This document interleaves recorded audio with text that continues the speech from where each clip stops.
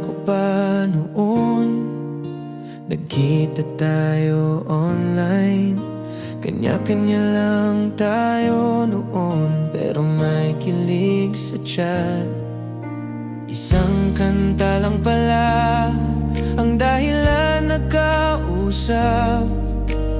Di ko akalain noon maging tayo sa ngayon.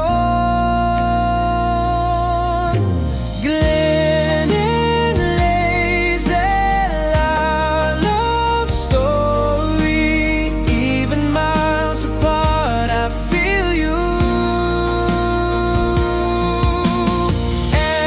LDR, pero di nawawala sa puso ko.